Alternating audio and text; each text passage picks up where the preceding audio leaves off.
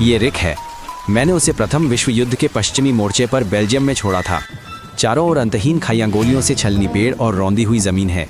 सैनिक कड़ाके की ठंड से बचने के लिए अपने हेलमेट के नीचे चेहरा छिपाए बैठे हैं और रिक की पीली टी शर्ट इस सन्नाटे में एकमात्र चमकती हुई चीज है। खाइयां नम और तंग हैंडखनों तक गीली मिट्टी से भरी हैं और रेत की बोरियां पानी से लथपथ हैं। चूहे दरारों में सरसराहट कर रहे हैं, घोड़े हर धमाके से दूर भाग रहे हैं और यहाँ तक कि कुत्ते भी बारूद और सड़न की गंध से बचने के लिए अपने थूथन छुपा रहे हैं। सदमे में डूबा रिक एक सुरक्षित कोना खोजने की कोशिश करता है। कांटेदार तारों की कतारों के पीछे से एक अजीब रंग का पीला भूरा और चिपचिपा बादल रेंगता हुआ आता है। ये ऊपर नहीं उठता बल्कि जमीन पर फैल जाता है, निचले इलाकों को भर देता है और सैनिक ये पता लगाने की कोशिश करते हैं कि ये धमाकों का धुआं है या कुछ ऐसा जो उन्होंने पहले कभी नहीं देखा। हवा उस खाई की ओर बहती है जहाँ रिक बैठा है और सैनिकों तक पहुँच चुकी है। पहला खांसी के दौरे से बेहाल हो जाता है, दूसरा अपनी आंखें मलने लगता है, तीसरा अपना गला पकड़कर खांसने लगता है। रिक की नाक और गला भी जलने लगते हैं। हालांकि गंध लगभग ना के बराबर होती है, मानो हवा ही अचानक तीखी हो गई हो बिना किसी चेतावनी या रंग के। वो घबराकर एक गंदे गड्ढे में एक कपड़ा गीला करता है और उसे अपने चेहरे पर दबाता है, किसी तरह अपनी सांस को छानने की कोशिश करता है। लेकिन कपड़ा कोई मदद नहीं करता। गैस रेशों से चिपक जाती है, उसकी त्वचा में समा जाती है और रिक की आंखों से पानी और भी ज्यादा बहने लगता है, जिससे दुनिया धुंधली हो जाती है।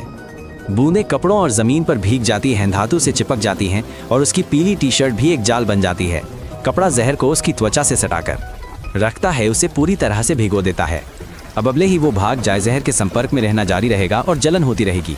उसकी पलकें सूज जाती हैं और उन्हें खोलने की हर कोशिश में तेज दर्द होता है। उसके आसपास के लोग सहज रूप से अपना चेहरा पकड़ लेते हैं, पीछे हट जाते हैं और लड़खड़ा जाते हैं। अब लगभग कोई भी ये नहीं देख पा रहा है कि क्या हो रहा है।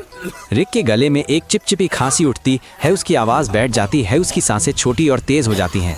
रिक को ऐसा लगता है जैसे उसकी छाती सिकुड़ रही हो और जब वो सांस छोड़ता है तो उसे भयानक घरघराहट होती है। रिक एक नए गोले के गड्ढे में कूद जाता है, इस उम्मीद में कि दीवारें धुंध को रोक देंगी, लेकिन गैस वहीं सबसे ज़्यादा चिपकती है। नीचे एक मोटी परत जम जाती है और गड्ढे में खड़े रहने की तुलना में रिक को कहीं ज़्यादा मात्रा में गैस का सामना करना पड़ता है। गोले से उसे बचाने वाले आश्रय अब एक जाल बन चुके हैं। समय धोखा देता है। बादल छट गया है और सैनिकों ने सोचा कि समस्या खत्म हो गई है, लेकिन ये और भी बदतर होती जा रही है। उनकी त्वचा पर छाले पड़ जाते हैं, उनकी आंखें और भी सूज जाती हैं और उनके फेफड़े फूल जाते हैं। ये गैस, जिसे मस्टर्ड गैस कहा जाता है, त्वचा और श्लेष्मा झिल्ली की कोशिकाओं को नष्ट कर देती है। इसके अणु कोशिकाओं के भीतर महत्वपूर्ण घटकों से चिपक जाते हैं और उनके कार्य को बाधित करते हैं। शरीर पर यह रासायनिक जलन की तरह दिखती हैं, आंखों में माइनस सूजन और अंधापन के रूप में, सांस में माइनस बढ़ती हुई जलन के रूप में। रिक अपना चेहरा धोता है, अपनी आंखों और गालों को धोता है, लेकिन स्थिति और भी खराब हो जाती है। नमी प्रतिक्रिया को तेज कर देती है और दूषित कपड़ों के संपर्क में रहने से यहाँ एकमात्र उपाय यही है कि सारे कपड़े उतारकर बादल से बाहर निकल जाया जाए, लेकिन ये बात किसी को नहीं पता। उसके हाथों पर छाले पड़ गए, त्वचा पर फफोले हो गए, कपड़ा घावों से चिपक गया और हर हरकत से रासायनिक जलन और भी बढ़ गई। ड्रेसिंग स्टेशन में हलचल मची हुई थी। वे रिक के कपड़े काट रहे थे, उसकी त्वचा और आंखों को साफ पानी से धो रहे थे, सुरक्षात्मक मलहम लगा रहे थे, पट्टियां बांध रहे थे, हर संभव सफाई करने की कोशिश कर रहे थे और फिर उसके उपकरणों और ज़मीन पर बचे किसी भी अवशेष को बेअसर करने में काफ़ी समय लगा रहे थे। उन्होंने ऐसा क्यों किया? उस समय मोर्चा ठप था, कोई भी खाई युद्ध नहीं जीत सकता था और कमान दुश्मन को उनकी खाइयों से बाहर निकालने का एक नया तरीका खोज रही थी। भारी गैस जो निचले इलाकों में फैलती है का उद्देश्य रक्षा पंक्ति को तोड़ना और घुसपैठ का रास्ता खोलना था। मौसम ने भी मदद की।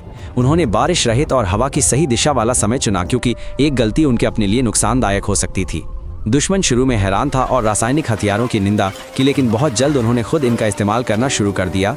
अंततः गैस हमलों में हजारों लोग मारे गए और 10 लाख से अधिक लोग जलने, अंधापन और फेफड़ों की बीमारी से घायल हो गए। कई लोग बच गए लेकिन अपंग हो गए।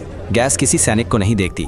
अक्सर गैस का बादल मोर्चे से आगे बढ़कर गांवों को ढक लेता, थाकपड़ों को भिगो देता था और कुओं में रिस जाता था।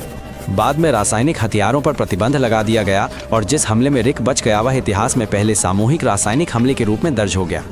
इस गैस का नाम यप्रेस शहर के नाम पर यपराइट रखा गया, जहां ये सब हुआ था। रिक को धीरे धीरे स्ट्रेचर पर घसीटा जा रहा है। उसकी वर्दी झुलसी हुई है, उसकी पलकें सूजी हुई हैं और उसके हाथ चिपचिपी पट्टियों से ढके हुए हैं। वह समझता है कि उसे इस रासायनिक हमले के बुरे सपने लंबे समय तक आते रहेंगे। उसकी बात मानिए, उसके लिए यह आसान नहीं था।